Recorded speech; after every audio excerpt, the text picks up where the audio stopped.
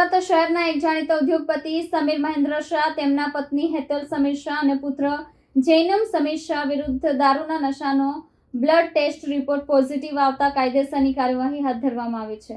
સુરત શહેરના એક જાણીતા ઉદ્યોગપતિ સમીર મહેન્દ્ર શાહ, તેમના પત્ની હેતલ સમીર શાહ અને પુત્ર જૈનમ સમીર શાહ વિરુદ્ધ દારૂનો નશાનો બ્લડ ટેસ્ટ રિપોર્ટ પોઝિટિવ આવતા કાયદેસરની કાર્યવાહી હાથ ધરવામાં આવી છે. ગત 17/10/2025ના રોજ અલથાણ પોલીસ સ્ટેશનનો સ્ટાફ વિસ્તારમાં પેટ્રોલિંગ કરી રહ્યો હતો.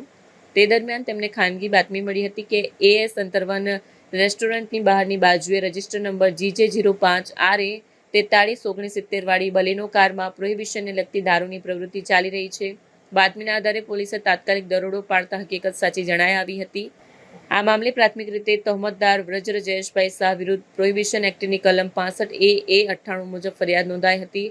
વધુ તપાસ દરમિયાન પંચનામામાં મળી આવેલો બિયરનો જથ્થો ઉદ્યોગપતિ સમીર મહેન્દ્ર શાહે આપ્યો હોવાનું બહાર આવ્યું.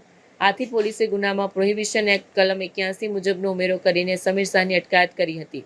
પોલીસે પ્રોહિબિશનના નિયમો મુજબ સમીર શાહ, તેમના પત્ની હેતલ શાહ અને પુત્ર જૈનમ શાહે નશો કર્યો છે કે કેમ તે જાણવા માટે તે જ દિવસે નવી સિવિલ હોસ્પિટલમાં તેમના બ્લડ સેમ્પલ લેવડાવ્યા હતા. આ બ્લડ સેમ્પલને પૃથ્થકરણ માટે ગાંધીનગર સ્થિત FSL ખાતે મોકલવામાં આવ્યા હતા.